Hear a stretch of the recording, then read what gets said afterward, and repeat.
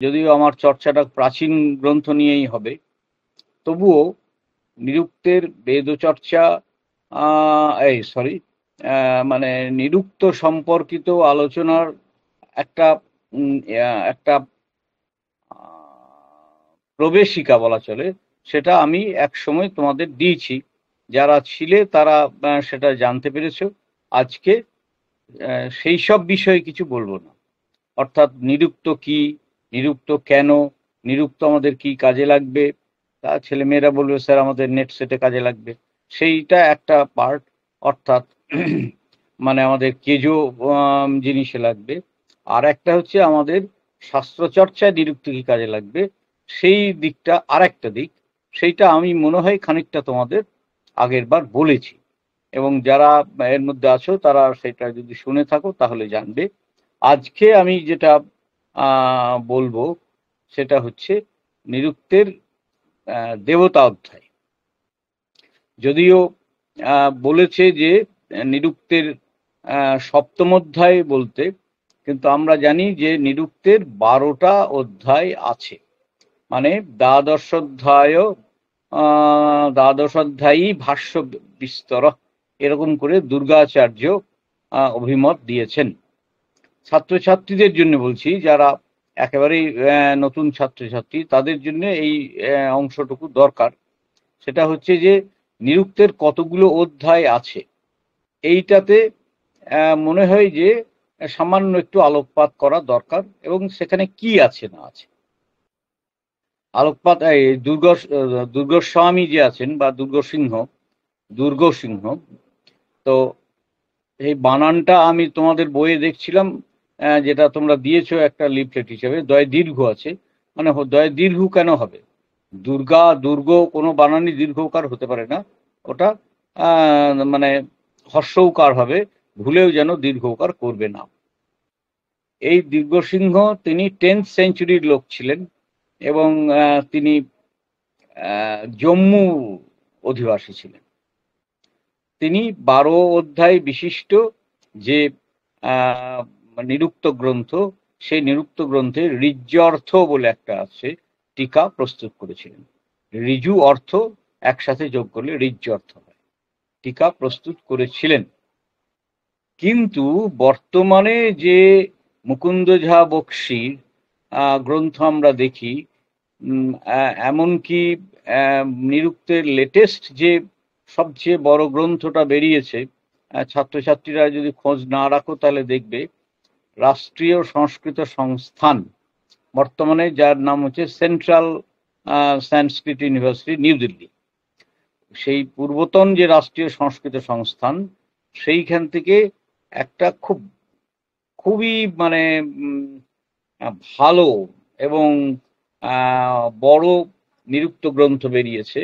এবং সেই নিরুক্ত গ্রন্থ আমাদেরই বন্ধু মনোজ মিশ্র তিনি সম্পাদনা করেছেন, বেদের অধ্যাপকই বটেন, এবং সেটা অত্যন্ত উচ্চ মানের গ্রন্থ। কেন উচ্চমানের গ্রন্থ সেটা একটু বলি।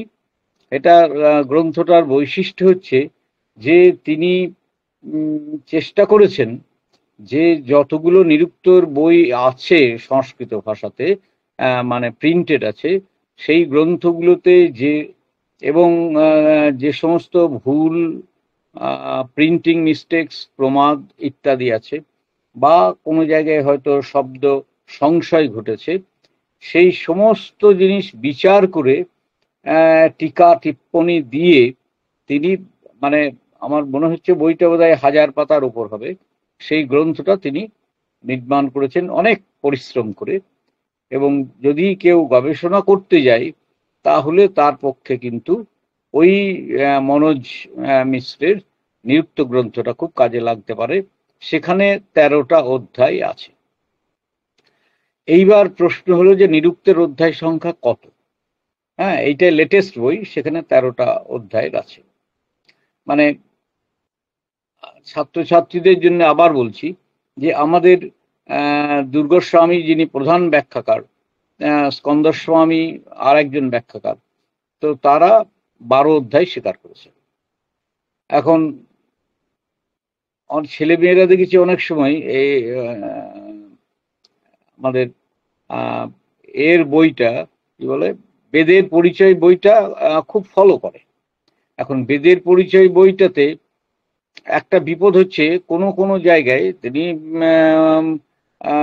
আমাদের যোগীরাজ বসু, তিনি অত্যন্ত পণ্ডিত লোক, তার প্রতি খুব শ্রদ্ধা রেখেই আমি বলছি, দু এক জায়গায় একটু গোলমাল আছে, ভুল আছে। হ্যাঁ, যেমন প্রথম লাইনটাতেই ভুল আছে।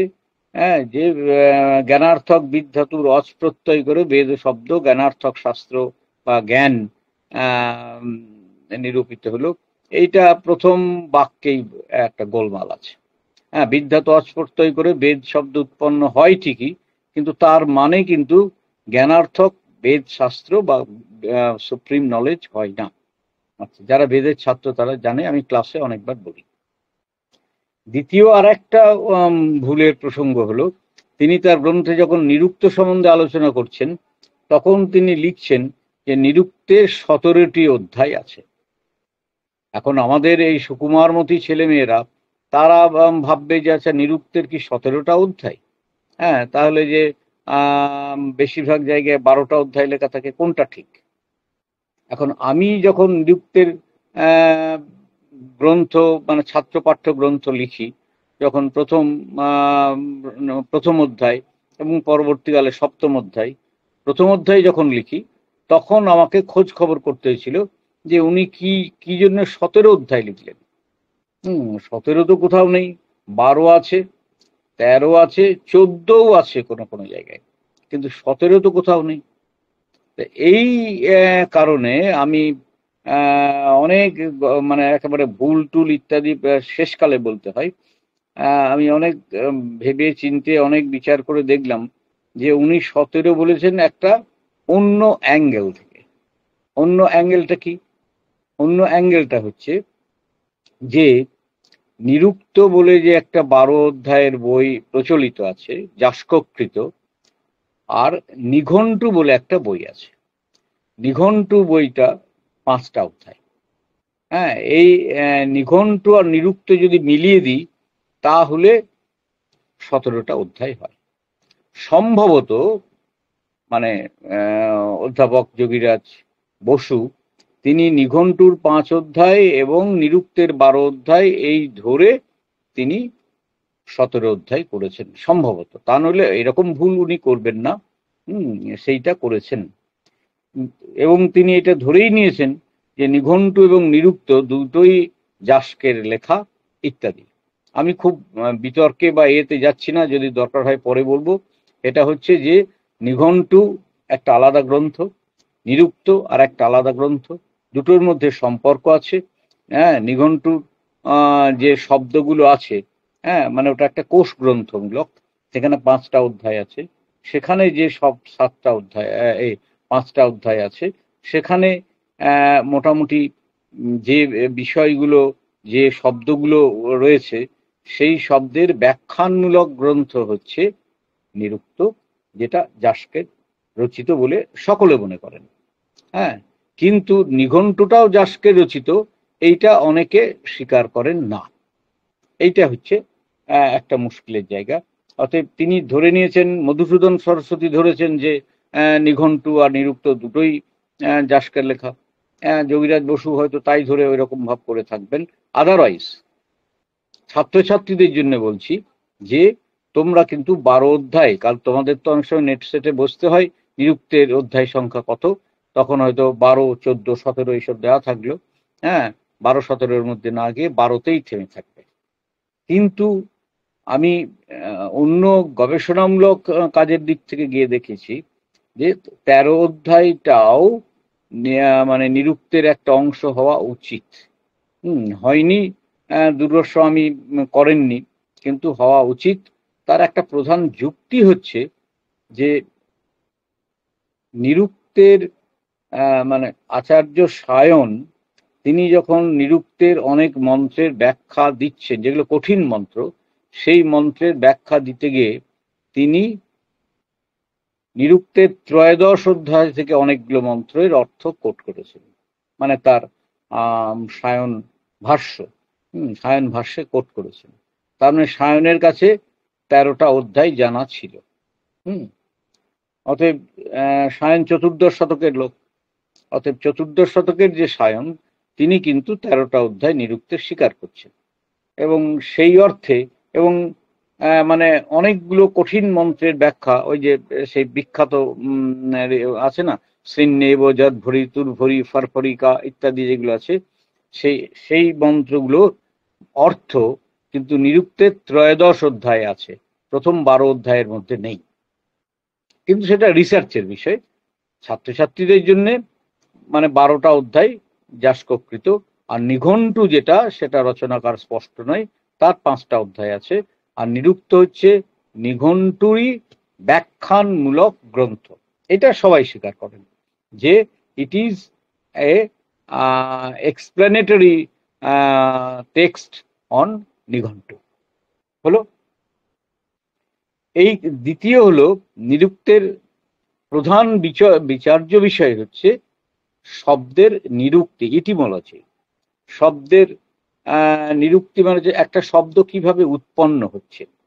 আমি এইগুলো মানে এড়িয়ে এড়িয়ে যেতাম, কিন্তু তবু বলে যাচ্ছি। শব্দগুলো কিভাবে উৎপন্ন হয়েছে সে তার ব্যাখ্যা দেওয়ার গ্রন্থ হচ্ছে নিরুক্ত, বৈদিক শব্দের ডেফিনেটলি। তো সেই নিরুক্তের ব্যাখ্যানটা অনেকের কাছে মনঃপুত হয়নি, সেটাও ঘটনা। হ্যাঁ, কিন্তু অনেকের কাছে মনঃপুত হয়েছে। কেন হয়নি? তারা মনে করছেন এর মধ্যে লিঙ্গুইস্টিক্স ল গুলো একেবারেই পড়ে না, সেই জন্যে গ্রহণযোগ্য নয়। আর যারা গ্রহণ করেছেন, বড় বড় পণ্ডিত তারা গ্রহণ করেছেন, তারা বলেছেন আসলে লিঙ্গুইস্টিক্স লতে তো অনেক পরের জিনিস, কিন্তু নিরুক্তকার যে ব্যাখ্যা করেছেন শব্দার্থের, হ্যাঁ, সেই ব্যাখ্যান আমাদের বেদ সম্মত, দ্যাট ইজ মোর ইম্পর্টেন্ট।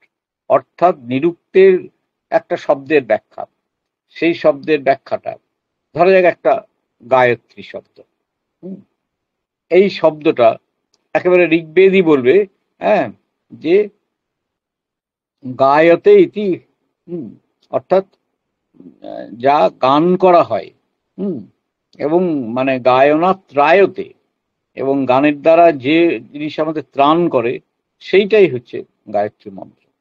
হ্যাঁ, মানে গায়ত্রী শব্দের বৈশিষ্ট্য এই যে বিশেষ মানে শব্দ থেকে অর্থ নিরুক্তির যে কায়দাটা, এই কায়দাটা ব্রাহ্মণ গ্রন্থে ভয়ানক ভাবে আছে, সংহিতাতে আছে, সবচেয়ে বেশি আছে পঞ্চবিংশ ব্রাহ্মণে। পঞ্চবিংশ ব্রাহ্মণে বহু শব্দের নিরুক্তি আছে, যে অর্থ ব্যাখ্যাগুলো নিরুক্তের স্টাইলে। অতএব নিরুক্তকাল তিনি বেদ থেকে বেরিয়ে যাননি, সেই জন্য তার লিঙ্গুইস্টিক সম্মত হোক বা না হোক, আমরা মনে করি যে নিরুক্তের ব্যাখ্যা মানে আমাদের বৈদিকদের কাছে অতি অবশ্যই গ্রাহ্য। সায়ন্ত প্রতি পদেই নিরুক্তের অর্থগুলো গ্রহণ করেছেন। এই গেল দ্বিতীয় আর একটা প্রশ্ন। এই আমি তো প্রশ্ন উত্তর ছাড়া হই না। আচ্ছা, শব্দার্থ নিরুক্ত হলো, হঠাৎ দেবতা অধ্যায় কেন এলো? দেবতার ব্যাপারটা কেন এলো? তিনি শব্দগুলো পাচ্ছেন, শব্দগুলোকে তিনি ভেঙে ভেঙে তৈরি করার চেষ্টা করছেন, অর্থ অনুসারে ভাঙছেন, মানে ইটিমোলজি করছেন, নিরুক্তি যাকে বলে। তো দেবতা অধ্যায় হলো কেন? দ্বিতীয় আর একটা বিষয় হচ্ছে যে দেবতা অধ্যায়ের সংখ্যা সবচেয়ে বেশি, মানে সপ্তম অধ্যায় থেকে আরম্ভ করে দ্বাদশ অধ্যায় পর্যন্ত 6টা অধ্যায়, হ্যাঁ, 6টা অধ্যায় দেবতা অধ্যায়, মানে ম্যাক্সিমাম পার্ট তিনি দেবতা অধ্যায়েরই ব্যয় করেছেন। সেটাই কেন? কারণ শব্দ নিরুক্তিতে তিনি তো শব্দগুলো নিয়ে ব্যাখ্যা করবেন। বৈদিক শব্দের 1770টা শব্দ কাউন্ট আছে, হ্যাঁ, এবং নিরুক্তকার খুব সম্ভব 1100 কত শব্দের নিরুক্তি দিয়েছে। তো দেবতা নিয়ে এত মাতলেন কেন? এর দুটো কারণ আছে, মানে সংক্ষেপে। একটা কারণ হচ্ছে যে নিরুক্তে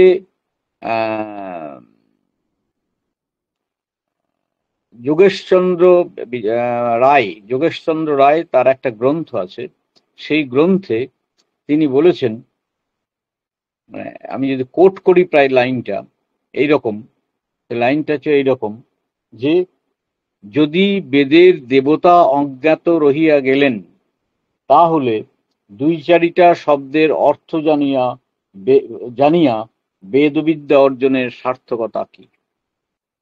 যদি বেদের দেবতাই অজ্ঞাত রহিয়া গেলেন, তাহলে দু চারটে বেদের অর্থ জেনে কি লাভ?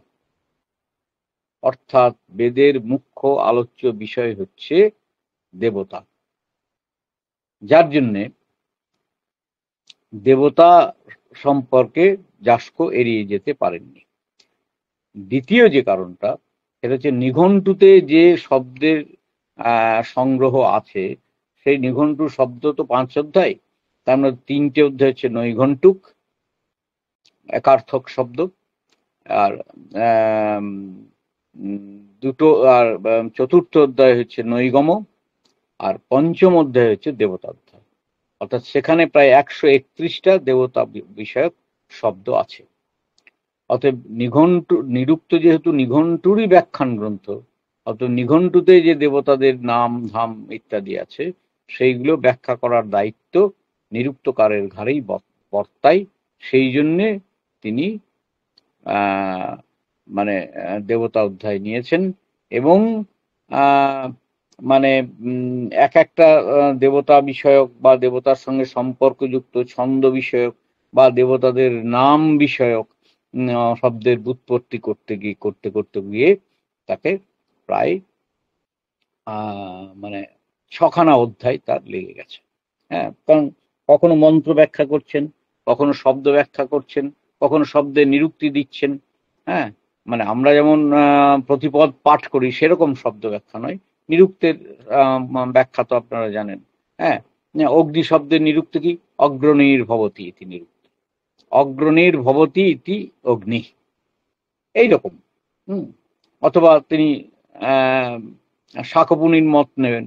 শাকপুনি কি বলেছেন? শাকপুনি বলেছেন যে ত্রিভ্য আখ্যাতেভ্য জায়তে ইতি শাকপুনি, মানে কোট করছেন। আচ্ছা, এইবার আমরা চলে আসব যে সপ্তম অধ্যায়ে যে বিষয়গুলো আছে সেই বিষয়গুলো নিয়ে। তাহলে বোঝা গেল যে দেবতা সম্পর্কে না জানলে বেদ সম্পর্কে সম্পূর্ণ বিদ্যার্জন সম্পূর্ণ হবে না, এবং এর প্রাচ্য এবং পাশ্চাত্য অনেক প্রমাণ আছে। এটা যোগেশচন্দ্র রায় বলেছেন বলে নয়। আমরা যদি দেখি যে যারাই বেদ সম্পর্কিত আলোচনা করেছেন, আধুনিক কালেই হোক প্রাচীন কালেই হোক, তারা কেউই দেবতাকে বাদ দিয়ে করতে পারেননি।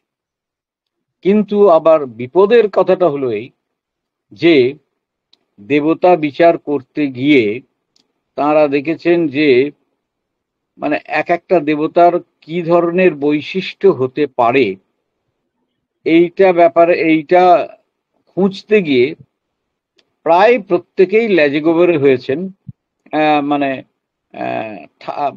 থই করতে পারেননি। এ ব্যাপারে অ্যান্ড্রু ল্যাং এর যে বিখ্যাত বই আছে সেখান থেকে তারা করেছেন।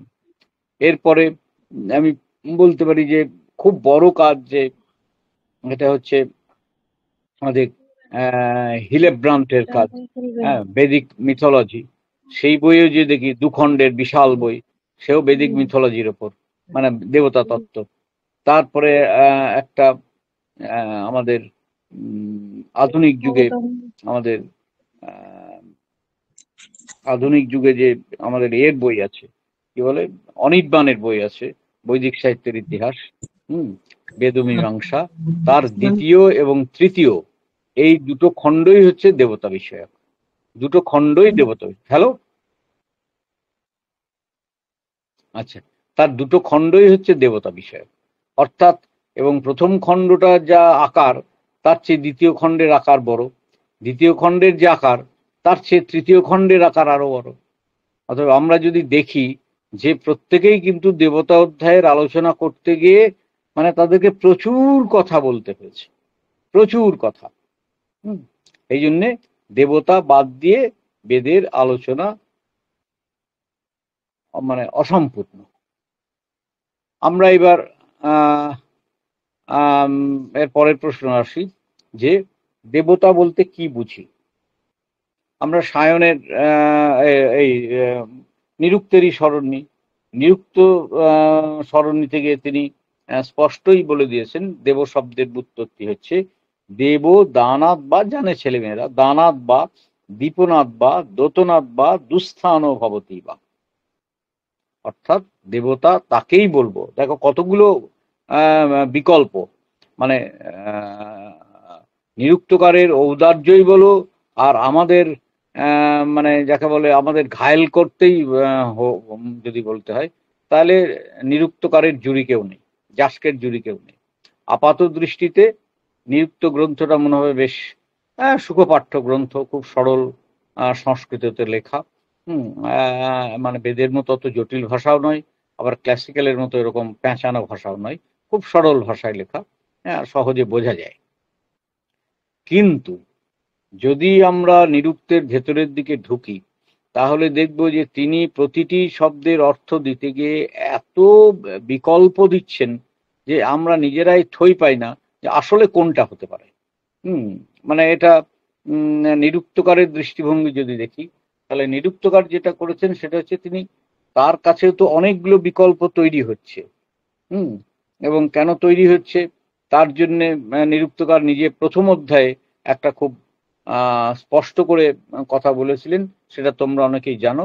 ওই ঋষয় সাক্ষাৎকৃত ধর্মান ঋষয় বহুব, ঋষিরা সাক্ষাৎকৃত ধর্মা ছিলেন বটে, অর্থাৎ তারা তার বেদের অর্থ তাদের কাছে খুব পরিষ্কার ছিল, অর্থাৎ তারা যেমন দেবতাকে প্রত্যক্ষ করছেন সেরকম বর্ণনা করছেন। So it was known to them, মানে মানে how what the exact Vedic deities are, that was correct to them.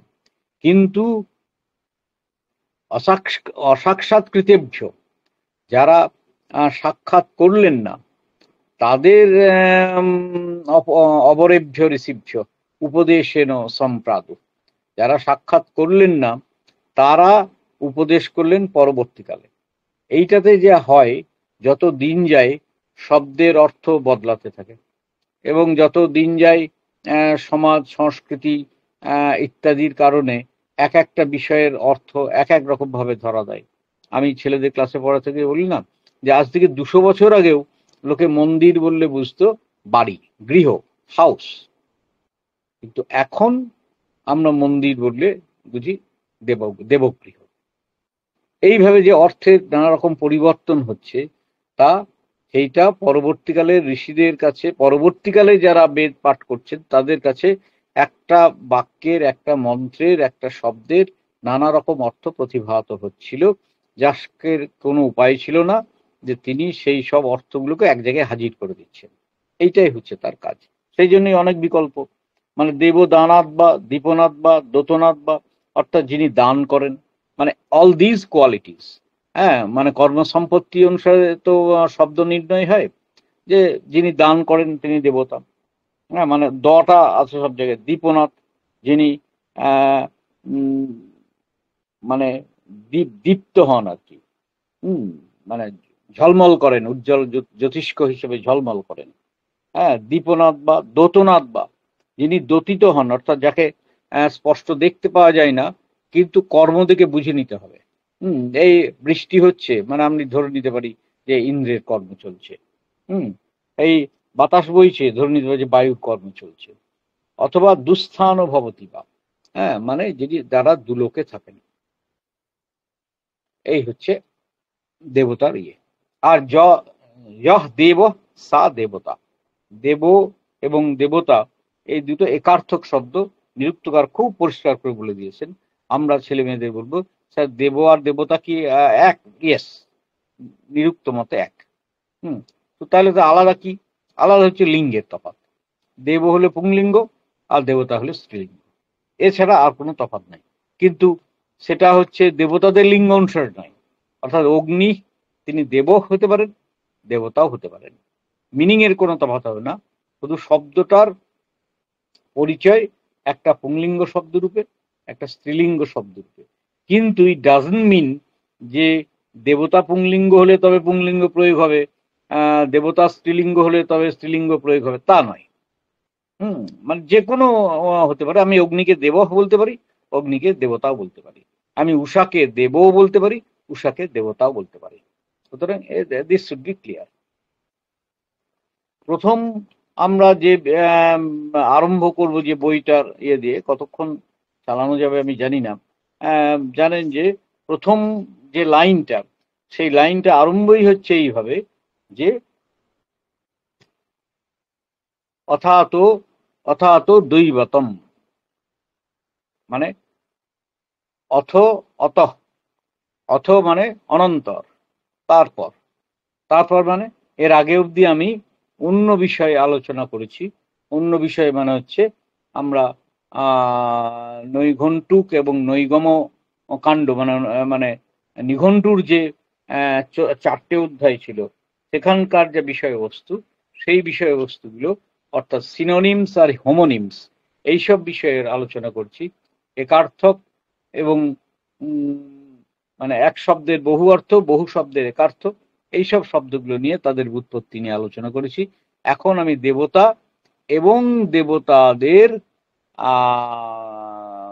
যদি ক্যারেক্টারিস্টিক্স বিচার হয়, দেবতাদের কর্ম বিচার হয়, দেবতাদের স্বরূপ বিচার হয়, দেবতাদের সংখ্যা বিচার হয়, হ্যাঁ, সেই সবগুলো এখন আমরা বিচার করব এবং প্রয়োজনে দেবতাদের উৎপত্তিও আমরা দেখব।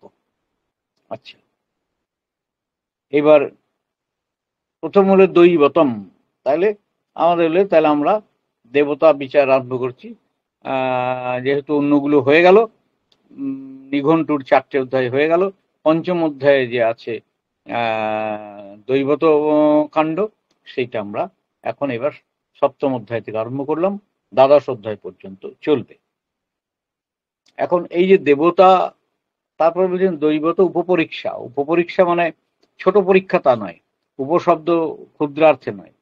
উপপরীক্ষা মানে হচ্ছে বিচার, হ্যাঁ, মানে পর্যালোচনা, হ্যাঁ, যাকে বলে অ্যানালিসিস ইংলিশে, সেই দেবতা বিষয়ক অ্যানালিসিস আমরা এবার করতে যাব। সেখানে বলা হচ্ছে যে আচ্ছা, দেবতা কাকে বলবে? প্রথম কথা হচ্ছে দেবতা তো আমরা গাছ থেকে পারবো না, দেবতা মন্ত্রের ভেতরে থাকবে। মন্ত্রের ভেতরে যে দেবতা আছে, সেই দেবতাটাকে আমাদের চিনে নিতে হবে। হ্যাঁ, কিরকম? যার জন্যে মানে দৈবত মন্ত্র শব্দটা তিনি ব্যবহার করেছেন। যৎকাম ঋষির যস্যাম দেবতায়াম আর্থপত্যম ইচ্ছন স্তুতিং প্রযুংতে তদ্দৈবত সমন্ত্র ভবতি। সোজা কথায় বাংলা করলে কি দাঁড়াবে? দাঁড়াবে এই যে যৎকাম ঋষি, অর্থাৎ ঋষি, বেদের ঋষি, তিনি কিছু একটা কামনা করে, কি কামনা করবেন? আর্থপত্যম ইচ্ছন, অর্থাৎ অর্থপতি, মানে বিষয়ের মানে অধিকারী, সেইটা হতে চেয়ে যার উদ্দেশ্যে স্তুতি করবেন, সেই যার উদ্দেশ্যে স্তুতি করবেন তিনি দেবতা। অর্থাৎ ঋষি কোনো কিছু চেয়ে যার উদ্দেশ্যে স্তুতি করবেন তিনি দেবতা বলে গণ্য হবেন, এবং যে মন্ত্রে সেই স্তুতিটা থাকবে তাকে আমরা দৈবত মন্ত্র বলে জানব। এই হলো দেবতাদের মানে দেবতা শব্দের বিচার। অনির্বাণ বলেছেন দেবতা শব্দ যৌগিক বটে, অর্থাৎ দীপ ধাতু থেকে দুধ কি বলে দা ধাতু থেকে দীপ ধাতু থেকে উৎপন্ন শব্দ হতে পারে, কিংবা পারিভাষিক শব্দও হতে পারে। পারিভাষিক কথার মানে তিনি অন্য দিয়েছেন, এখানে আর এইসব কঠিন বিষয় আর আনবো না। হ্যাঁ, মানে অন্যরকম অর্থ তিনি দিয়েছেন, যে সে যা অন্তরে জ্যোতিষ্ক রূপে দ্যোতিত হবে তিনি দেবতা বলে গণ্য হবে। যাই হোক, তাহলে যে মন্ত্রগুলোতে আছে সেগুলো দৈবত মন্ত্র। খুব ভালো কথা। এইবার প্রশ্ন হচ্ছে যে ছেলে মেয়েদের পরীক্ষা অংশ দেয় এবং ছেলেটা জানেও, যারা এমএ পাশ করে গেছে তারা সবাই জানে যে ঋক ঋক মন্ত্র ছেলেরা জানে। তাও আমি রিপিট করছি যে আমাদের সংস্কৃত ভাষাতে যখন আমরা মন্ত্র শব্দ ইউজ করি তখন সেটা পুংলিঙ্গ, আর যখন ঋক শব্দটা ইউজ করি তখন সেটা স্ত্রীলিঙ্গ। এটা মনে রাখতে হবে। ঋক লিখবে না, ঋক লিখবে একবার হলন্ত দিয়ে। হ্যাঁ, তাহলে সেই ঋক মানে ঋচ স্ত্রী, ঋক ঋচ ঋচ, ঋচ স্ত্রীবিধা, তাই বলছে। এই যে মানে ঋগ্বেদ বা অথর্ববেদের যে ঋকগুলো আছে, মানে পদ্যবদ্ধ মন্ত্র যেগুলো আছে, এই মন্ত্রগুলো 3 রকম। যদিও যাস্ক যে নিরুক্ত গ্রন্থ বানিয়েছেন, এই নিরুক্ত গ্রন্থ মূলত ঋগ্বেদ ঘেঁষা, অংশত অথর্ববেদ ঘেঁষা, খুব সামান্য অন্যান্য বেদ আছে, মানে ম্যাক্সিমাম পোর্শন যেগুলি 80%-এর ওপরই ঋগ্বেদ। আর ঋক সংহিতা মানেই হচ্ছে সেটা সব সম্পূর্ণটাই পদ্যে লেখা। সেই জন্যে সেই ঋক যেখানে দেবতার কথা আছে, সেই ঋক হচ্ছে ত্রিবিধা, 3 প্রকার। কি? পরোক্ষকৃতা, প্রত্যক্ষকৃতা, আধ্যাত্মিক। আধ্যাত্মিক কয় ফলা বিসর্গ, মানে পরোক্ষকৃতা ঋক, যেহেতু স্ত্রীলিঙ্গ ওই জন্য সব আকার দিয়ে আছে। পরোক্ষকৃতা অর্থাৎ মানে দেবতারা কখনো পরোক্ষে, মানে ঋকগুলো যে দেবতাদের সম্পর্কে বলছে, সেই দেবতাদের তারা কখনো পরোক্ষকৃত দেবতা, কখনো প্রত্যক্ষকৃত দেবতা, ঋকগুলোর নামও তাই। কখনো আধ্যাত্মিকী ঋক, আধ্যাত্মিকী। তো পরোক্ষকৃত কাকে বলবে সেটাও বলে দিয়েছেন, যে পরোক্ষকৃত মানে হচ্ছে তার তিনি একটা হিসেবও দিয়েছেন। হ্যাঁ, সেটা হচ্ছে পরোক্ষকৃতা সর্বাভি নাম বিভক্তিভি রিয়ুজ্যন্তে প্রথম পুরুষই আখ্যাতস্য। তার মানে কি? মানে হচ্ছে যে আমরা পরোক্ষকৃত বা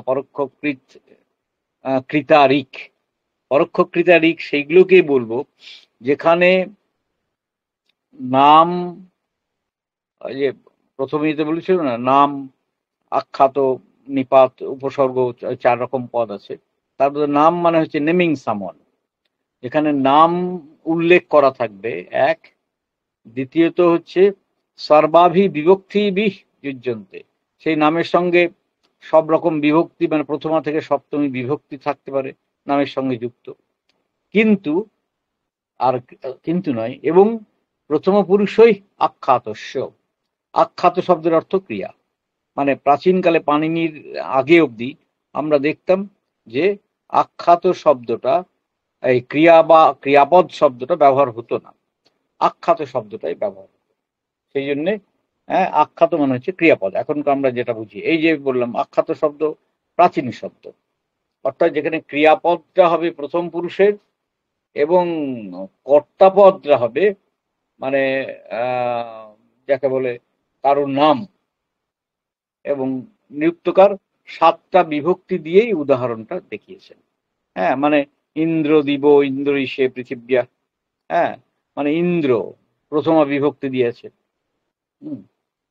ওই যে তারপরে ইন্দ্রমিত, তারপরে ইন্দ্রেণ, তারপরে ইন্দ্রায় সামগায়ত, তারপরে ইন্দ্রাত ঋতে পঞ্চমী, ইন্দ্রস্যন বীর্যানি প্রবচম, হ্যাঁ, ষষ্ঠী, তারপরে ইন্দ্রে কামা অজংশত ইতি। এই সমস্ত কি দেখলাম যে সবগুলোতেই নাম রয়েছে। মানে এখানে উনি মানে যাস্ক নিরুক্তকর ইন্দ্রের নামটাই ব্যবহার করছেন, যে কোনো দেবতার নামই হতে পারে, সেই দেবতার নাম থাকবে এবং ক্রিয়াপদটা, এখানে সব জায়গায় ক্রিয়াপদ থাকে না, ধরে নিতে হবে। হ্যাঁ, যেখানে থাকবে সেখানে প্রথম পুরুষের ক্রিয়াপদ হবে। এইটাই হচ্ছে পরোক্ষকৃতা ঋকের মানে লক্ষণ। আর প্রত্যক্ষকৃত মানে আমি দেবতাকে সামনে দেখতে পাচ্ছি। দেবতাকে সামনে দেখতে হইলে কি হয়? হ্যাঁ, তুমি তুমি করে বলে, মানে দেবতাকে দেখা না গেলে তবে তো পরোক্ষ। ইন্দ্রের উদ্দেশ্যে স্তুতি করছি, ইন্দ্রকে ডাকছি, ইন্দ্র বীরত্ব ঘোষণা করছি ইত্যাদি। হ্যাঁ, তার মানে ইন্দ্র আমার চোখের সামনে নেই। আর ইন্দ্র যখন বা বা কোনো দেবতা যখন চোখের সামনে চলে এলেন, তখন কি হবে? তখন হবে যে প্রত্যক্ষকৃত। প্রত্যক্ষকৃততে কি থাকবে? মধ্যম পুরুষ যোগা, অর্থাৎ কর্তৃপদটাকে আমরা পাবো মধ্যম পুরুষে। মধ্যম পুরুষে কি হয়? যুষ্মৎ মানে হচ্ছে তোয়াম, মানে তুমি তুমি করে থাকবে। সামনে দেখতে পেলে তবে তো তুমি বলি না, এই জন্য দেখতে পাচ্ছি, সেই জন্য বলে মধ্যম পুরুষের কর্তা, আর ক্রিয়াপদ হবে মধ্যম পুরুষের, মানে এবং সর্বনাম, সর্বনাম মধ্যম পুরুষ হলে ওই সর্বনাম দিয়ে ব্যবহার করা হবে। আর ক্রিয়াপদটাও মোটামুটি ওই মধ্যম পুরুষের ক্রিয়াপদই হবে। লোট টোট বা লটের যেটা কি বলবো, প্রথম পুরুষ, মধ্যম পুরুষ মানে মাঝেরটা। উদাহরণও তিনি দিয়েছেন, ত্বম ইন্দ্র বলাদ অধি, হে ইন্দ্র তুমি মানে হচ্ছে মানে বল থেকে উৎপন্ন। যেন ইন্দ্রকে সামনে দেখতে পাচ্ছে, দেখে বলছে, হে ইন্দ্র তুমি বল থেকে উৎপন্ন, বলের থেকে অধিজাত। হ্যাঁ, মানে বলস্য শুনু, ইন্দ্র সম্বন্ধে বলা হয় বলস্য শুনু, বলের পুত্র। অতএব বোঝা গেল যে মন্ত্রকে চিনব কিভাবে? চিনব হচ্ছে যদি তোয়াম মধ্যম পুরুষ থাকে, তাহলে আর ক্রিয়াপদে কি থাকবে? জহি, ইন্দ্র সম্বন্ধে বলেছে ওকে হত্যা করো, হে ইন্দ্র তুমি ওকে বৃত্রকে হত্যা করো, জহি। তার মানে মধ্যম পুরুষের ক্রিয়াপদ থাকবে। ওখানে প্রথম পুরুষের ক্রিয়া ছিল, এখানে মধ্যম পুরুষের ক্রিয়া থাকবে। আর আধ্যাত্মিকী, আধ্যাত্মিক, আধ্যাত্মিকীরিক কয় দেখি, আধ্যাত্মিকীরিক কি হবে? উত্তম পুরুষ যোগা, অর্থাৎ কর্তা হবে উত্তম পুরুষের অহম, আর অহম এই সর্বনাম থাকবে। আর কি বলে ক্রিয়াপদ ইয়ে মানে কর্তা অনুসারী হবে। এখন উনি বলেই দিয়েছেন যে বাবারে, এখন উনি বলেই দিয়েছেন যে যা কি বলতে গেছিলাম ভুলে গেলাম, আবার প্রস্তুতি আরম্ভ করছি। এই যে তিন প্রকারের মন্ত্রের কথা আমরা জানলাম, তিন প্রকারের ঋকের কথা জানলাম, এই তিন প্রকারের ঋকের দ্বারা আমাদের দেবতা পরিচয় হলো। একটা দেবতা হলো যারা পরোক্ষকৃত, এক ধরনের দেবতা হলেন যারা প্রত্যক্ষকৃত, চোখের সামনে দেখতে পাচ্ছি। আর আধ্যাত্মিক মানে হচ্ছে দেবতা এবং স্তুতিকার যখন দুটো একই হয়ে যায়, হ্যাঁ, যখন ঋষি এবং মানে দেবতা একাই দুজনেই এক ব্যক্তি থাকেন, তখন তাকে বলা হবে আধ্যাত্মিক। আর নিরুক্তকার বলে দিয়েছেন যে প্রত্যক্ষকৃত এবং সবচেয়ে বেশি মন্ত্র আছে পরোক্ষকৃত, সবচেয়ে বেশি।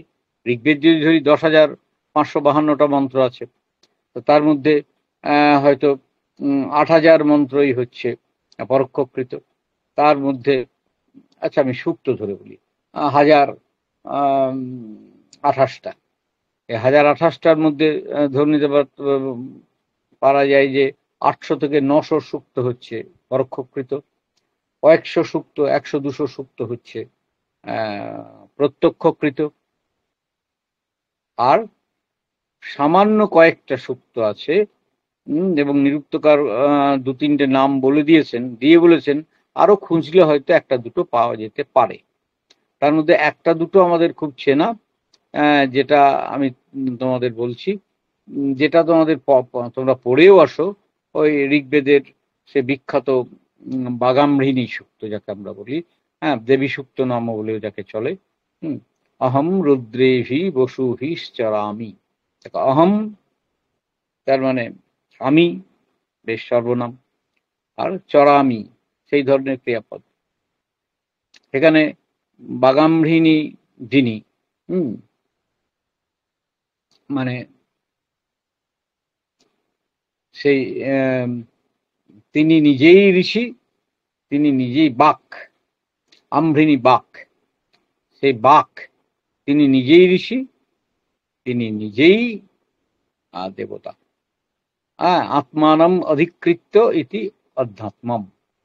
নিজেকে অধিকার করি ঋষি এবং ইয়ে কম, এবং এর সংখ্যা খুব কম। ওই ঐন্দ্র লবসূক্ত আছে, আর দেবী সূক্ত আছে, এরকম মানে উনি দুটো তিনটে উদাহরণ দিতে পেরেছেন মার সূক্তের, আর বলেছেন বাকিগুলো একটু খুঁজে টুজে দেখা যেতে পারে যদি আরো দু একটা থাকে, মানে খুব কম, খুব কম সূক্তই আছে আধ্যাত্মিক, বেশি সংখ্যক হচ্ছে পরোক্ষকৃত, আর সবচেয়ে বেশি হচ্ছে বেশি সংখ্যক হচ্ছে প্রত্যক্ষকৃত, আর সবচেয়ে বেশি হচ্ছে পরোক্ষকৃত। এই হলো। এবং ইন্দ্র লবসূক্তেও সেখানে দেখা যাবে যে ইন্দ্র নিজেই ঋষি, নিজেই দেবতা।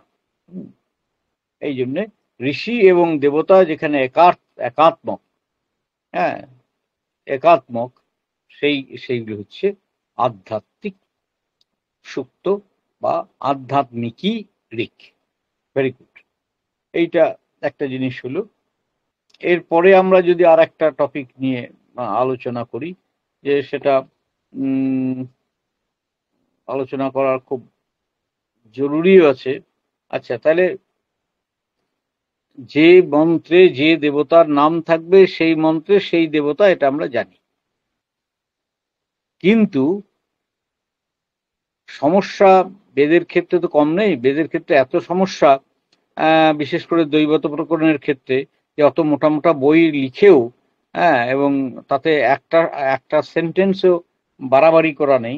এতৎ সত্ত্বেও কিন্তু দৈবত কাণ্ড নিয়ে মানে খুব মানে প্রাচ্য পাশ্চাত্য সব স্কলার, বিশেষ করে পাশ্চাত্যের স্কলাররা, তারা ভয়ানক রকম বিভ্রান্ত। এই জন্যে ম্যাকডোনাল্ড তার বই আরম্ভই করছেন, বেদিক মিথোলজি বইটা, ছোট বই কিন্তু খুব ভালো বই। যদি কারো আগ্রহ থাকে পড়ে দেখবে, বেশি বড় নয় বইটা, কিন্তু বেদিক মিথোলজি ছোট বই। ম্যাকডোনাল্ড বেশি লেখেন না, কিন্তু ভালো লেখেন। তিনি আরম্ভই করছেন এই বলে যে indefiniteness is the general characteristics of Vedic treatise. Indefiniteness মানে কি? অনির্দিষ্টতা, কোনো ডেফিনিট ক্যারেক্টার কোনো দেবতার উদ্দেশ্যে চাপানো যাওয়া খুব মুশকিল। মানে অগ্নি যিনি আমাদের তাপ দেন, এরকম বলে যদি একটা দেবতার বৈশিষ্ট্য করি, ইন্দ্র আমাদের বৃষ্টি দেন, এরকম যদি বৃষ্টির দেবতা বলে ঘোষণা করি, বায়ু তিনি আমাদের প্রাণবায়ু দান করেন, এরকম যদি এক আধটা বৈশিষ্ট্যের কথা দিয়ে দেবতা বিচার করি, মানে সে চলবে না। আবার বায়ু দেবতা বা ইন্দ্র দেবতার এমন এমন সব সূক্ত পাবো যে এসবের প্রসঙ্গই নাই, অন্য কিছু আছে।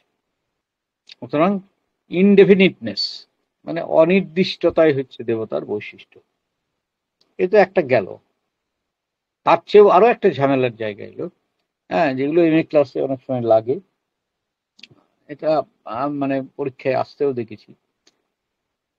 আচ্ছা, যে মন্ত্রে দেবতার নাম নাই, সেই মন্ত্রের দেবতা কে হবেন? আর এক সমস্যা। যে মন্ত্রে দেবতার নাম আছে, মানে আমি ছেলে মেয়েদের জন্য বলছি, যে একটা মন্ত্র কোন দেবতার সেটা জানার জন্য সেই মন্ত্রে যে কোনো ভাবে প্রথমা দ্বিতীয়া তৃতীয়া সপ্তমী পর্যন্ত যে কোনো বিভক্তির দ্বারা দেবতার নামটা থাকতে হবে, তাহলে জানবো সেইটা সেই তার দেবতা। তোমরা এখনকার কনসেপ্টে ভাববে না। এখন তো আমরা বই দেখে বলে দিতে পারি, ম্যাক্স মুলারের বই দেখে বা এখনকার যে কোনো স্ট্যান্ডার্ড বৈদিক সাহিত্য বই দেখে, ঋগ্বেদ সামবেদ যজুর্বেদ দেখে বলে দিতে পারি কোন মন্ত্রের কে দেবতা।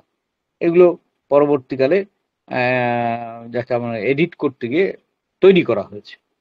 কিন্তু যখন কিছুই ছিল না, ঋষিরা মাথায় শুধু বেদটাকে রেখে দিয়েছিলেন একেবারে অলিখিতভাবে স্মৃতির মধ্যে, তখন তাদের কাছে কোন মন্ত্রের কোন দেবতা এইটা জানা যখন জরুরি ছিল, কারণ আমি স্তুতি করছি, আমি হয়তো বৃষ্টি চাই, তাহলে আমাকে ইন্দ্রের স্তুতি করতে হবে, তাহলে আমাকে ইন্দ্র সূক্ত জানতে হবে।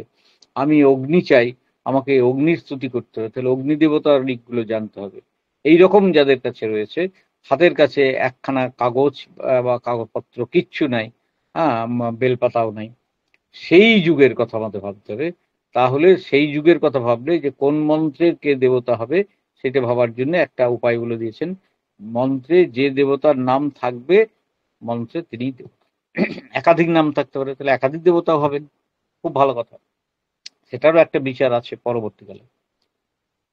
অন্য যেটা কথা হলো, যে মন্ত্রে দেবতার নাম নাই, সেই মন্ত্রের দেবতা কে হবে? এইটা একটা খুব গুরুত্বপূর্ণ প্রশ্ন। হ্যাঁ, এইটা একটা খুব গুরুত্বপূর্ণ প্রশ্ন। হ্যাঁ, এই বিচারটাও দৈবত কাণ্ডে করেছেন যে অনাদিষ্ট দৈবত মন্ত্রা দৈবত পরীক্ষা, যে অনাদিষ্ট দৈবত মন্ত্র। অনাদিষ্ট মানে হচ্ছে যে মন্ত্রে দেবতার নাম আদিষ্ট হয়নি, সেই যে মন্ত্রে দেবতার নাম নাই সোজা কথায়, সেই মন্ত্রগুলোর দেবতা কে হবেন? কারণ লিখিত আকারে তো আমি পাচ্ছি না, তাহলে কাকে ধরবো? তার জন্যে তিনি অনেকগুলো বিকল্প দিয়েছেন। এই বিকল্পের মধ্যে যে বিকল্পটা কাজে লাগবে সেই বিকল্পটা বৈদিকরা ব্যবহার করবেন, এইটাই তার বক্তব্য। অনেকগুলো বিকল্প। একটা বিকল্প কি? একটা বিকল্প হচ্ছে যদ দেবত স যজ্ঞ বা যজ্ঞাঙ্গং বা তদ্দেবতা। অর্থাৎ কোনো মন্ত্রে যদি দেবতার নাম না পাই, তাহলে আমাকে অন্যভাবে খুঁজতে হবে। কিভাবে খুঁজবো? প্রথম বিকল্প দিলেন যে আচ্ছা, দেখতে হবে সেই মন্ত্রটা যজ্ঞের কোনখানে ব্যবহার হচ্ছে, তার দিকে একটা হিন্ট পাওয়া যেতে পারে। মানে যজ্ঞে বা যজ্ঞাঙ্গে কোথায় ব্যবহৃত হচ্ছে, তাহলে কিরকম? যেমন আমাদের বলা আছে, প্রাতঃশ্রবণের দেবতা হচ্ছেন অগ্নি, মাধ্যন্দিন শ্রবণের দেবতা হচ্ছেন ইন্দ্র, আর তৃতীয় শ্রবণের দেবতা হচ্ছেন আদিত্য, সূর্য। এইবার যদি সোমযাগের কোনো একটা মন্ত্র আমি পড়ি, যদি প্রাতঃশ্রবণে পড়ি, যদি দেবতার নাম না থাকে, তাহলে সেই তাকে অগ্নি দেবতা বলে জানতে হবে। আর যদি নাম থাকে, তাহলে যার নাম থাকবে তিনি দেবতা। এর নাম থাকার নিয়ে তো আর সমস্যা নেই, নাম না থাকা নিয়ে সমস্যা। তেমনি কোন একটা মন্ত্র যদি কি বিনিয়োগ করা হচ্ছে মাধ্যন্দিন শ্রবণে, তাহলে মাধ্যন্দিন শ্রবণের দেবতা হচ্ছেন ইন্দ্র, তাহলে ধরে নিতে হবে সেটা ইন্দ্র দেবতার উদ্দেশ্যে প্রযুক্ত হচ্ছে। কোন মন্ত্রে যদি বিনিয়োগ করা হচ্ছে তৃতীয় শ্রবণে, যদি দেবতার নাম না থাকে, তাহলে ধরে নিতে হবে সেই মন্ত্রের দেবতা হচ্ছেন আদিত্য বা সূর্য। তোমাদের একটা কথা বলে রাখি যে বেদের দেবতাদের নাম নিয়ে যাস্ক একটু সরলীকৃত করেছেন। যত সরলীকৃত মীমাংসকদের কাছে কিন্তু নেই। মীমাংসকরা একটু কট্টর।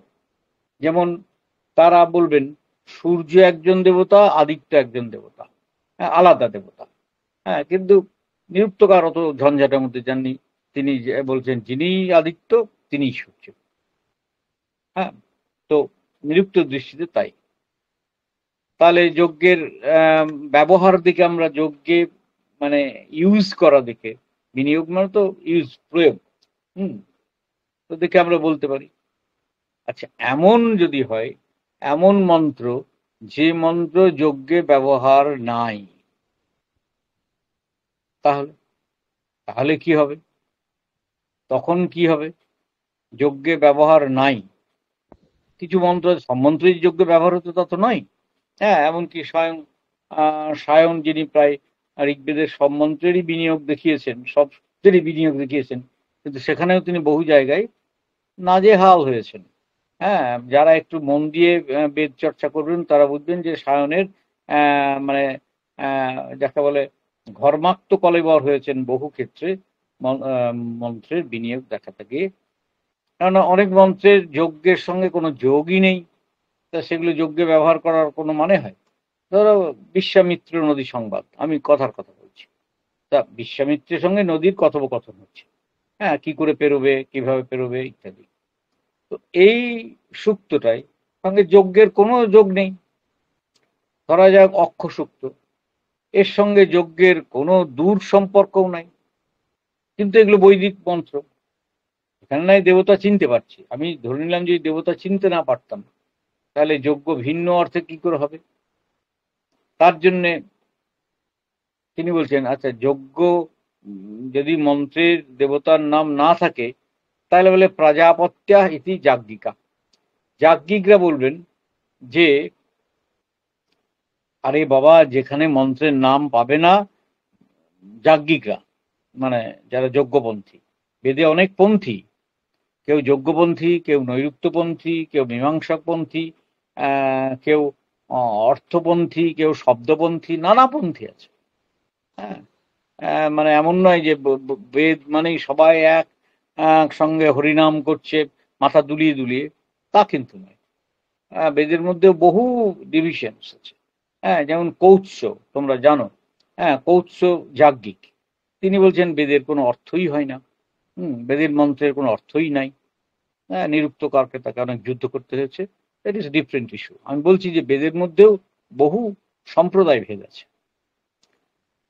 যাজ্ঞিকরা বলছেন আরে বাবা, যে মন্ত্রে দেবতার নাম পাবে না, ধরে নেবে যে তার দেবতা হচ্ছেন প্রজাপতি। কেন? প্রজাপতি বই যজ্ঞ, অর্থাৎ প্রজাপতি হচ্ছেন যজ্ঞের প্রধান দেবতা, যাজ্ঞিকরা তাকেই দেবতা বলবেন। এরপরে হুম যাজ্ঞিকদের কথা সবাই মানবে কেন? নৈরুক্ত যারা, যাস্কের আগে যাস্ক অন্তত 16 জন পূর্বাচার্যের নাম করেছেন, যাদের মধ্যে বেশ কয়েকজন একেবারে নিরুক্তকারী ছিলেন, 16 জন। সেই নৈরুক্ত সম্প্রদায়ের শেষ আচার্য হচ্ছেন যাস্ক। তার আগে 16 জন নিরুক্তকারের নাম আছে, তার মধ্যে কারুরই বই নেই। বিপদটা হচ্ছে কারুরই বই নেই। নিরুক্তকার তাদের নাম করেছেন, তাদের মত উদ্ধার করেছেন, কাউকে মেনেছেন, কাউকে মানেননি। হ্যাঁ, সেই নাম দেখে আমরা বুঝতে পারি। যেমন পাণিনির অষ্টাধ্যায়ীটাকে, পাণিনি অন্তত 10 জন গ্রামারিয়ানের নাম করেছেন, কারুরই বই পাননি, কিন্তু ছিল একসময় নিশ্চয়ই, তা নাহলে পাণিনি তাদের মত মত পথ সব পেলেন কোথায়? যাই হোক, তা নৈরুক্তরা কি মনে করেন?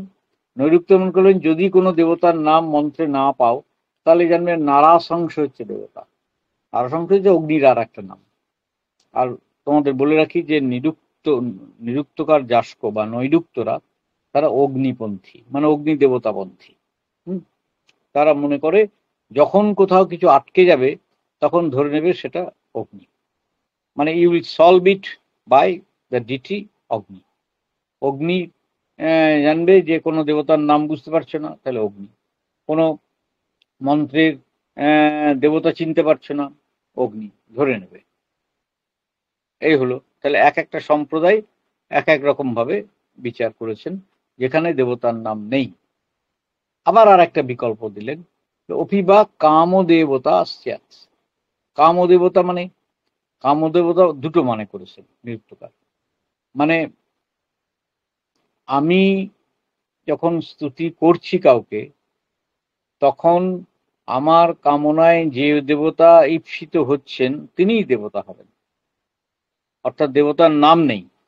হ্যাঁ, এবার আমি একটা প্রার্থনা জানাচ্ছি, অর্থাৎ আমার কাছে আহ, মানে যিনি প্রার্থনায় উপস্থিত হচ্ছেন, এক সেকেন্ড, হ্যালো, হুম, হ্যাঁ,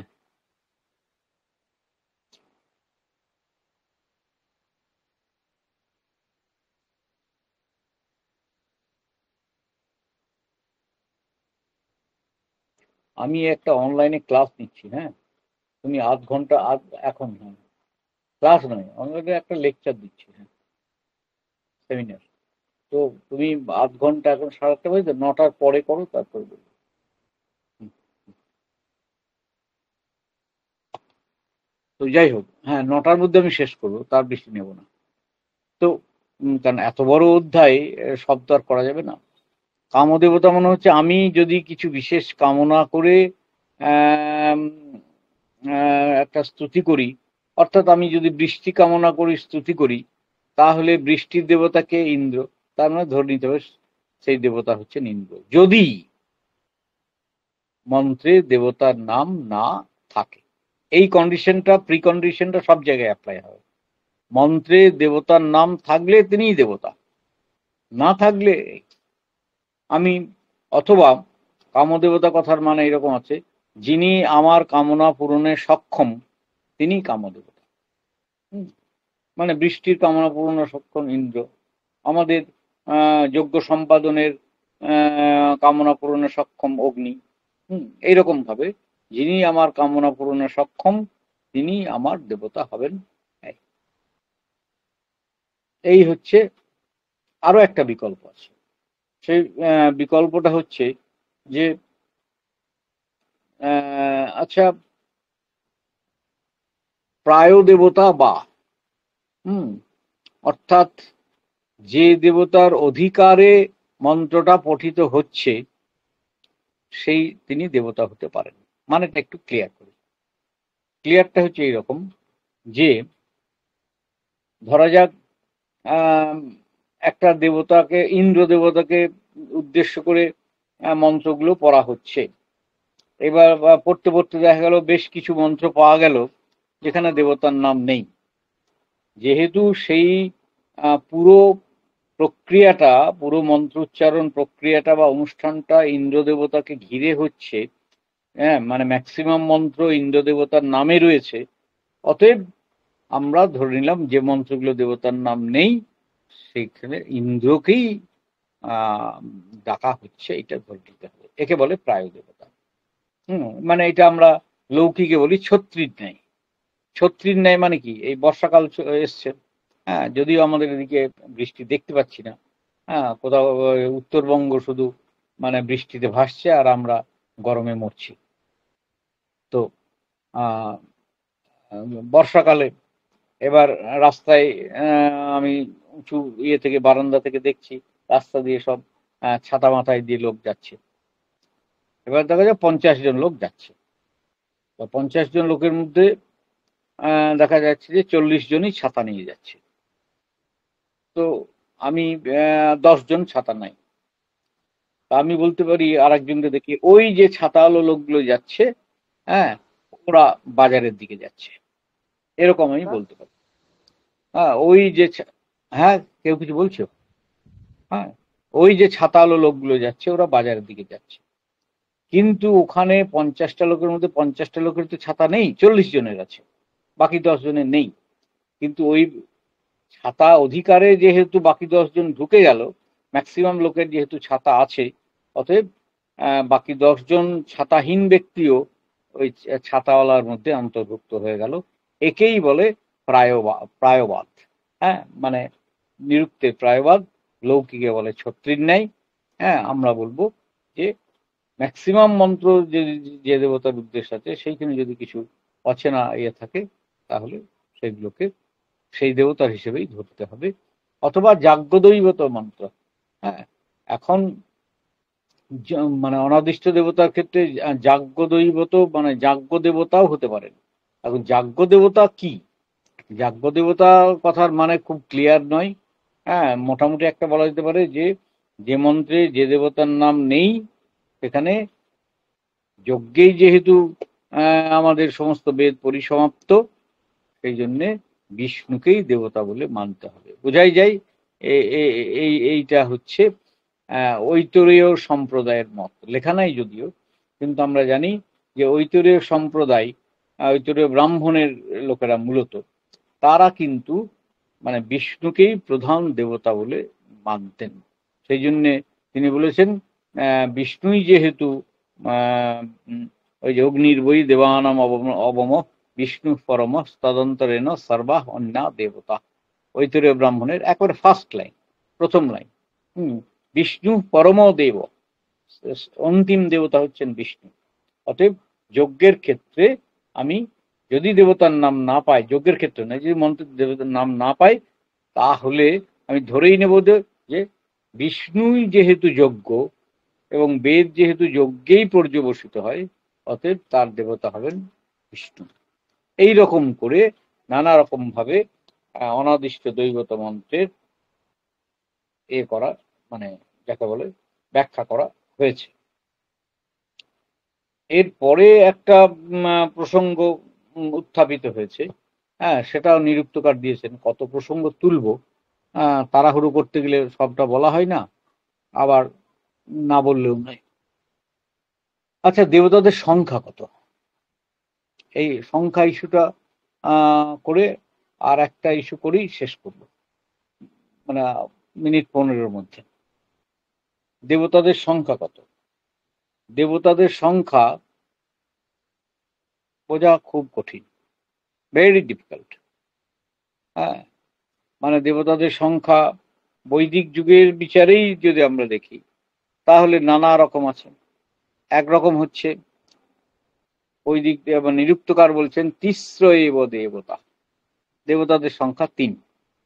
বেশ, তারপরে যারা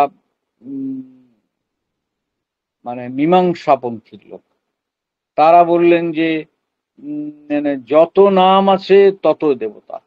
বেদে যদি 5000 নাম পাওয়া যায়, মানে 5000 নামের স্তুতি পাওয়া যায়, তাহলে 5000 জনই আলাদা আলাদা দেবতা বলে গণ্য করতে হবে। কিন্তু আমরা যদি বেদের টেক্সট ঘাঁটি, তাহলে 2-3টে তথ্য পাবো। একটা তথ্য হচ্ছে যে ঐতর ব্রাহ্মণের ক্ষেত্রে হচ্ছে যে ত্রয়স্ত্রিংশ দেবতা, মানে হচ্ছে দেবতার সংখ্যা হচ্ছে 33। আবার আর একটা জায়গায় ব্রাহ্মণের বলা আছে যে 3339 বা এরকম একটা সংখ্যা দেবতা। এত সব দেবতা আছে, কিন্তু এতৎসত্ত্বেও নিরুক্তকার বললেন যে তিস্র এব দেবতা, দেবতার সংখ্যা 3। তো এক মানে মানে একটা যুগান্তকারী সিদ্ধান্ত বলতে পারবো, কিন্তু সেই সিদ্ধান্তটা সর্বসম্মত হবে না সেটা বলাই বাহুল্য। কেন? মীমাংসকরা স্বীকার করবেন না, যারা আত্মবিদ তারা স্বীকার করবেন না, যারা যাজ্ঞিক তারা স্বীকার করবেন না, হ্যাঁ, এবং যারা মানে বেদের মোটামুটি আলোচক তারাও স্বীকার করবেন না। প্রশ্ন হতে পারে কেন স্বীকার করবেন না? আরে বেদে তো আমি যদি দেখি অন্তত শখানেক দেবতার নাম তো পাওয়া যাবেই আলাদা আলাদা ভাবে, তাহলে তাদের নাম আমি করলাম কেন? এর উত্তরে নিরুক্তকার একটা পলিসি মেকিং করেছেন, বলছেন নীতি একটা কথা বলেছেন। নীতিটা কি?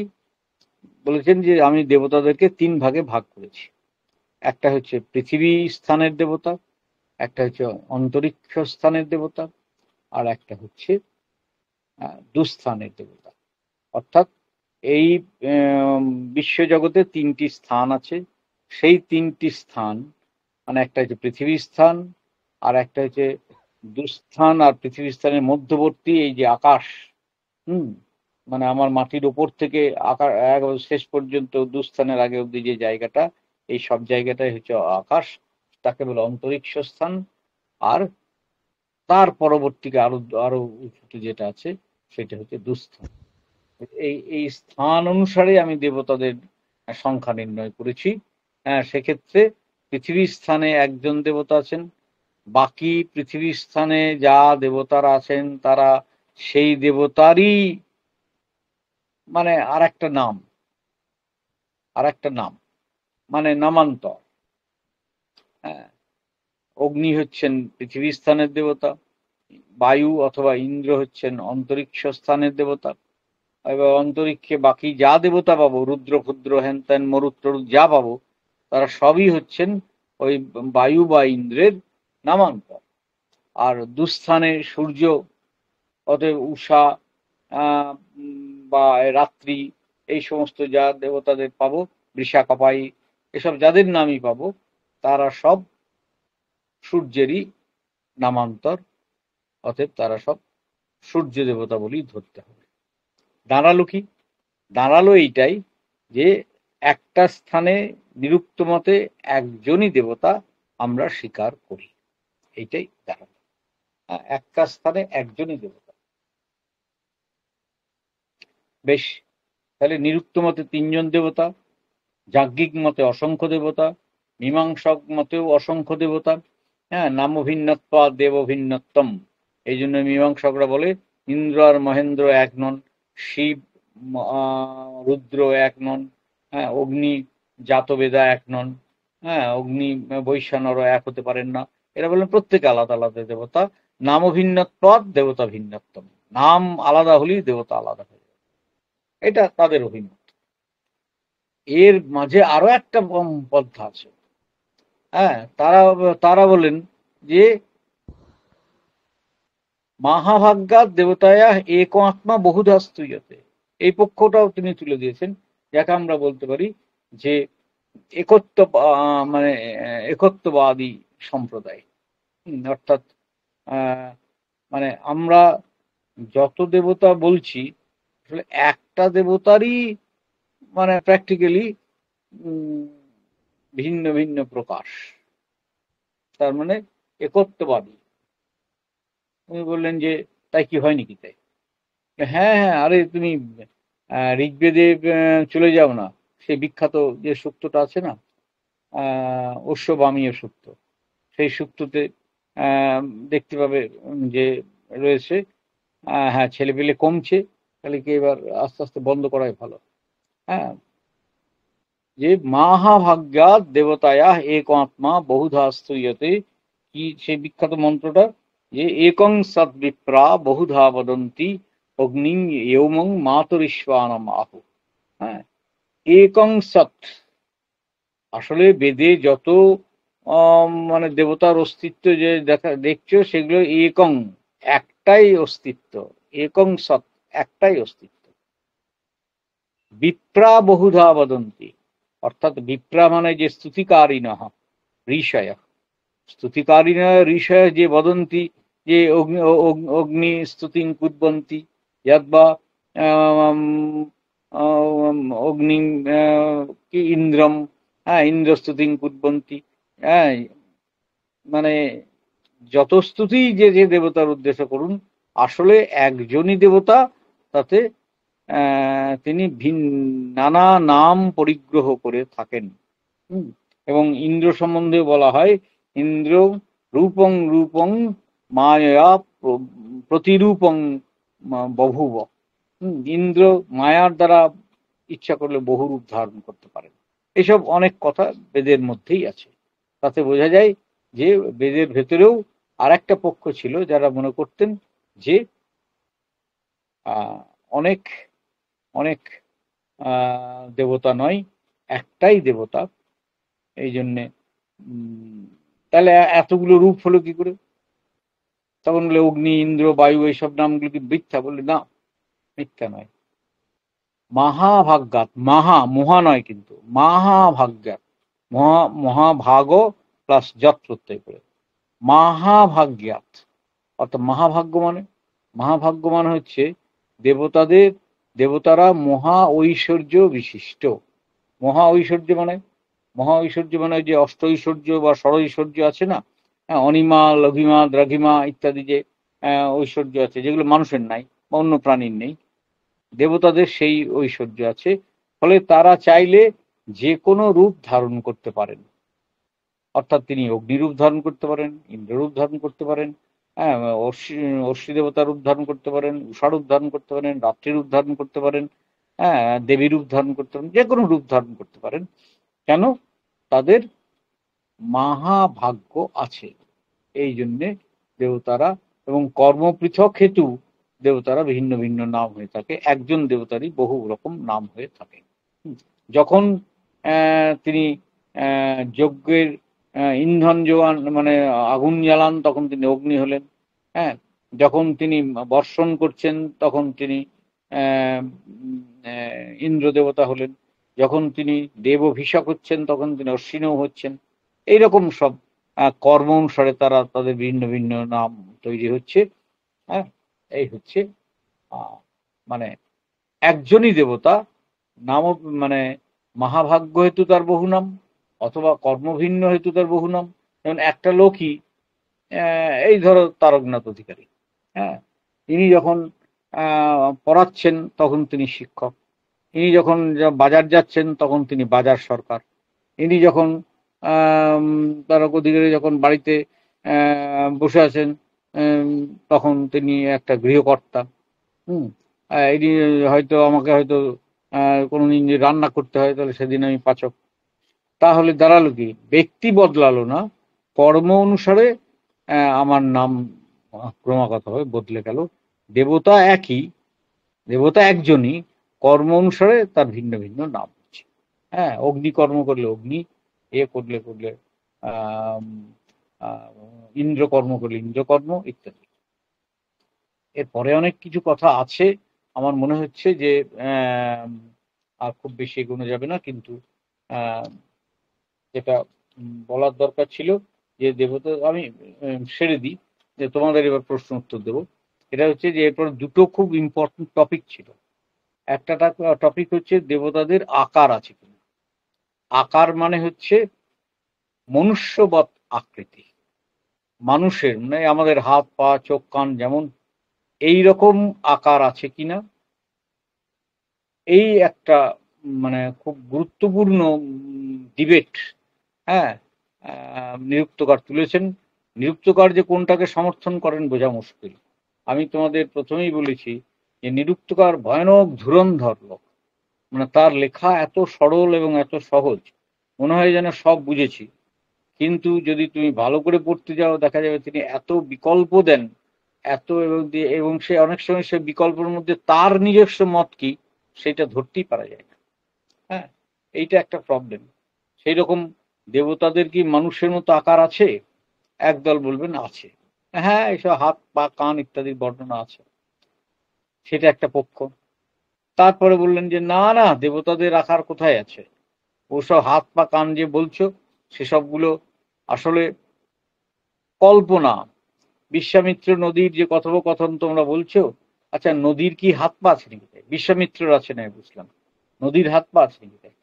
হ্যাঁ, বা যে প্রস্তরের স্তুতি হচ্ছে, প্রস্তরের কি হাত পা আছে নাকি? বা আমরা চোখের সামনে দেখতে পাচ্ছি অগ্নি, বা সূর্য, বা চন্দ্র, এগুলো আমরা চোখে দেখতে পাচ্ছি, তাদের হাত পা বলে কোনো মানুষের মতো অর্থাৎ হাত পা পেতে কিছু নেই। হ্যাঁ, অতএব তাদের চোখে দেখতেই পাচ্ছি হাত পা যাদের নাই, অতএব প্রত্যক্ষভাবে, অতএব ধরে নিতে পারি যে পরোক্ষভাবে যারা আছেন তাদেরও হাত পা নাই।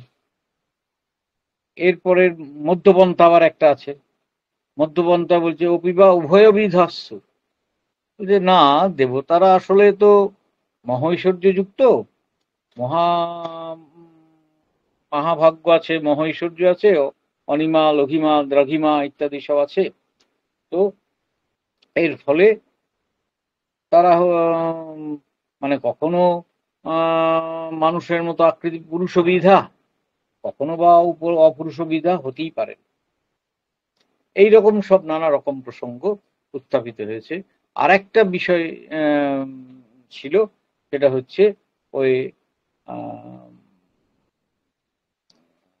কি বলে ভক্তি সাহচর্য। হ্যাঁ, সেটাও খুব জরুরি ছিল, কিন্তু আর সময় নাই। ভক্তি সাহচর্য অর্থাৎ দেবতাদের যে তিনটে ভাগ করা হলো, অগ্নি মানে অগ্নির ভাগে কি কি আছে। হ্যাঁ, ভক্তি মানে ভাগ এখানে। হ্যাঁ, ভজনং ভক্তি মানে পার্ট, তার ইন হিজ পজিশন, তার অংশে কি কি পড়ে। হ্যাঁ, ইন্দ্রের পজিশনে কি কোন কোন দেবতা ইন্দ্রের মধ্যে পড়ে, কোন ঋতু কোন ইয়ে ইত্যাদি সব বলা আছে। আর আদিত্য, এদের ভক্তি সাহচর্য এবং কর্ম, এই তিনটে কথা আর একটা অধ্যায়ে বলা আছে। এর পরে যেগুলো আছে সেগুলো মন্ত্রের ব্যাখ্যা এবং বিভিন্ন দেবতা এবং শব্দের, বিশেষ করে প্রতিটি ছন্দের মানে নিরুক্ত সম্মত ব্যুৎপত্তি। নিরুক্ত সম্মত ব্যুৎপত্তি মানে এখানেই শেষ করে দিচ্ছি আমি। নিরুক্ত সম্মত ব্যুৎপত্তি মানে হচ্ছে যে অর্থ অনুসারে শব্দটাকে ভেঙে নেওয়া। অর্থ অনুসারে শব্দটাকে ভরে নেওয়া। ধরো মন্ত্র আছে, মন্ত্র শব্দটা আছে, মন্ত্র মননাথ, অর্থাৎ মন, ম, ন, ত্র এসব আছে, তো এর মধ্যে ম আছে, ন আছে, মননাথ, অর্থাৎ যার দ্বারা দেবতার মনন হয় তিনি হচ্ছেন তাই হচ্ছে মন্ত্র। এইরকম ভাবে বহু শব্দের প্রতিটি ছন্দের উৎপত্তি ব্যুৎপত্তি আমরা পাবো, কিন্তু যেটা একটা সেমিস্টার ধরে পড়ানো হয় সেটা 1.5 ঘন্টার মধ্যে তো সম্ভব নয়। তবুও মানে দেবব্রত আমাকে হয়তো পছন্দ, অন্তত বাইরে দেখতে পেয়েছি খুবই পছন্দ করে। হ্যাঁ, যদিও আমার বেদ গ্রুপের স্টুডেন্ট ছিল না ঠিকই, কিন্তু পছন্দ করে, সেই জন্য মাঝে মাঝে আমাকে এই ছেলে মেয়েদের সামনে ফেলে দেয়। হ্যাঁ, এবং আমাকে এইসব বক্তৃতা বা সেমিনার যায় বলো, এগুলো করতে হয়। আমার এমনি খারাপ লাগে না, ভালোই লাগে, কিন্তু আমি তো প্রাচীনপন্থী, তো মানে চিরকাল চোখের সামনে ছাত্রছাত্রী দেখিয়ে পড়িয়ে বড় হয়েছি। এই নিউ সিস্টেমে ঘরের মধ্যে বসে আছি দিব্যি, অথচ সবাই পশ্চিমবঙ্গের নানা জায়গায় ছিটিয়ে ছড়িয়ে আছে, তারা সব শুনতে পাচ্ছে।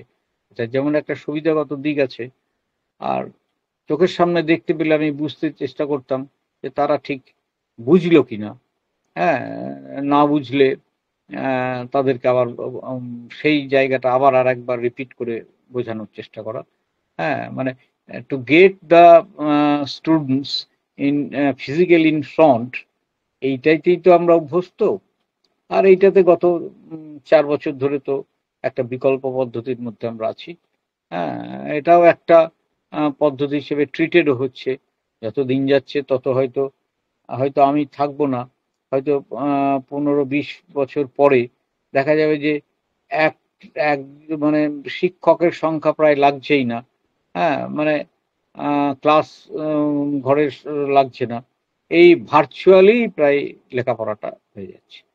This may happen after 15-20 years. It's মানে আই থিঙ্ক মানে ইটস পসিবল।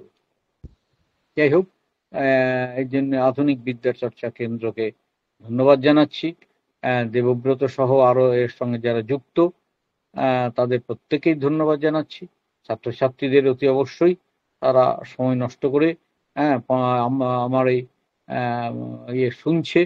হ্যাঁ, ভালো লাগুক বা না লাগুক তাও শুনছে।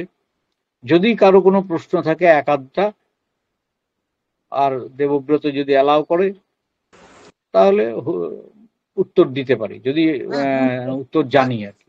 হ্যাঁ স্যার, কারোর যদি কোনো প্রশ্ন থাকে একটু স্যারকে প্রশ্ন করুন।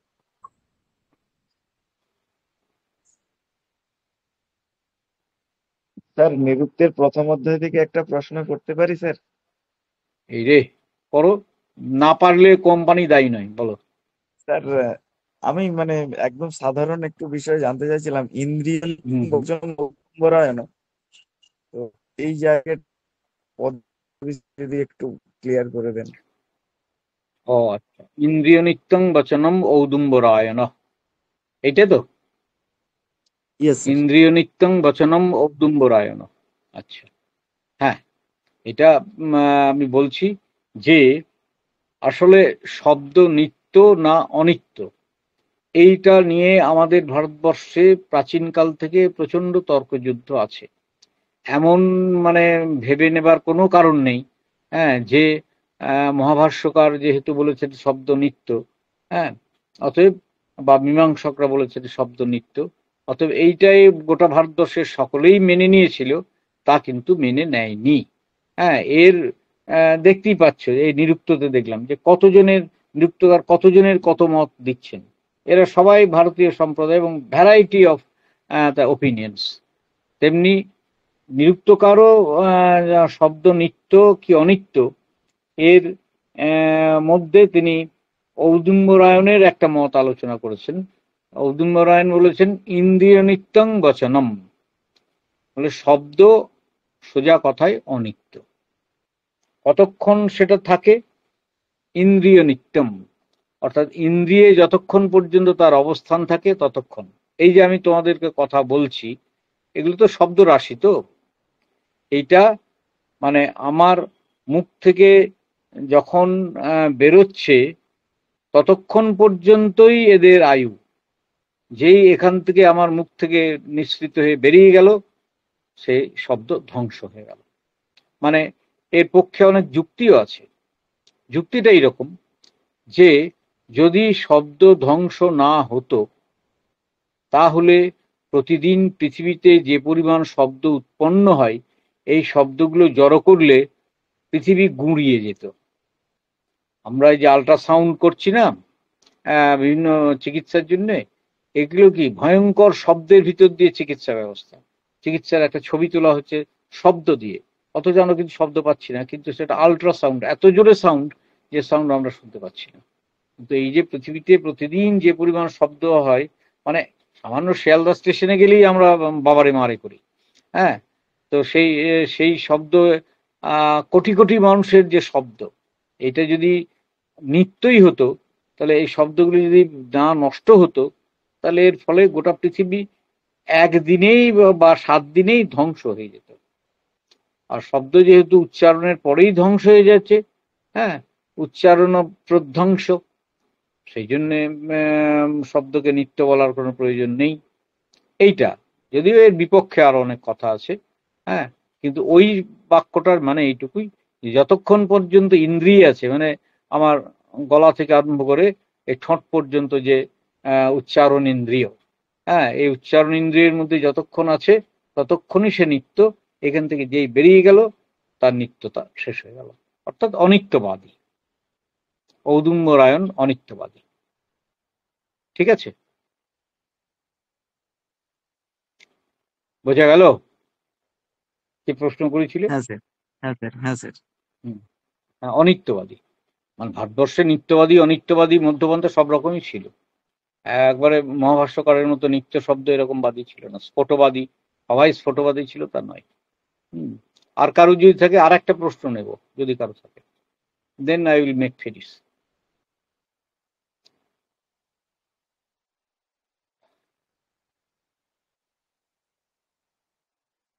ঠিক আছে, মনে হচ্ছে আর প্রশ্ন নেই। তবে ওইটাকে বলি যে নিরুক্তকার কোন স্ট্যান্ড নিয়েছিলেন সেটা খুব বোঝা মুশকিল। ব্যাপ্তিমৎপাত তু শব্দস্য, এই শব্দটা এইটাতে বোঝা যায় যে আসলে নিরুক্তকার হয়তো শব্দের দুটো পার্ট আছে, দুটো পার্টের মধ্যে শব্দকে আমরা দুটো পার্টে ভাগ করতে পারি। একটা হচ্ছে সাউন্ড, যেটা উচ্চারণ করছি, আর একটা হচ্ছে সেই উচ্চারণের ভেতর দিয়ে যে বিষয়টা বলা হচ্ছে, that is the another part. নিরুক্তকারের বক্তব্য হচ্ছে যে যেটা সাউন্ড, সেই সাউন্ডটা ধ্বংস হয়। সাউন্ডের পরে যে তার শব্দের ভিতরের যে বস্তুটা, সেই বস্তুটা হচ্ছে আমাদের সংস্কার এসে পৌঁছায়, অর্থাৎ আমাদের কানে আসে, কানের পর থেকে আমাদের ব্রেনে যায়, ব্রেনের পরে সেইটার একটা সংস্কার হিসেবে থেকে যায়। মানে আমি পরবর্তী গেলে আমাকে যখন প্রশ্নোত্তর ধরে আমি বলতে পারি, কি করে বলবো যে আমি তো শুনেছিলাম, শুনে জেনেছিলাম বলেই আমি বলতে পারছি। তা শব্দ যদি চির অনিত্যই হতো, তাহলে আমি যেটা শুনেছিলাম সেটা চিরকালের জন্যই ধ্বংস হয়ে যেত। হয়নি, মানে সাউন্ডটা ধ্বংস হয়ে গেছে, শব্দের যে সাউন্ড পার্ট সেইটা ধ্বংস হয়, শব্দের যেটা নন সাউন্ড পার্ট, হ্যাঁ, সেইটা থাকে, যেটাকে মানে আমাদের মহাভাষ্যকাররা স্ফোটও বলেছেন। হ্যাঁ, সেটা অন্য কথা, সেই অংশটা নিত্য। এটা একটা ভারতীয় সিদ্ধান্ত। ঠিক আছে, thank you very much. Debu, আর কিছু নাই নিশ্চয়ই? স্যার আপনি ভালো থাকুন, আমার প্রণাম নেবেন স্যার। আপনি আমাদের কলেজে এসেছিলেন, তাম্রলিপ্ত মহাবিদ্যালয়। স্যার আমি প্রবীর বলছি। ও আচ্ছা আচ্ছা, হ্যাঁ হ্যাঁ হ্যাঁ, আপনি আচ্ছা, বরগয়া ভেরি গুড। মন্দিরে পুজো দিয়েছিলেন, আমি সঙ্গে ছিলাম স্যার। হ্যাঁ হ্যাঁ, বুঝতে পেরেছি। তাম্রলিপ্ত কলেজ অনেকদিন আগে গেছিলাম। ওই হ্যাঁ কলেজেই হ্যাঁ তো yes, আমাদের sir. ছাত্র অনন্ত, হিস্ট্রিতে অনন্ত পড়ায়। হ্যাঁ হ্যাঁ হ্যাঁ, একদম স্যার। হিস্ট্রি সিনিয়র টিচার হবে অনন্ত, আমাদের ছাত্র হ্যাঁ ছিল হিস্ট্রি। হ্যাঁ স্যার। আর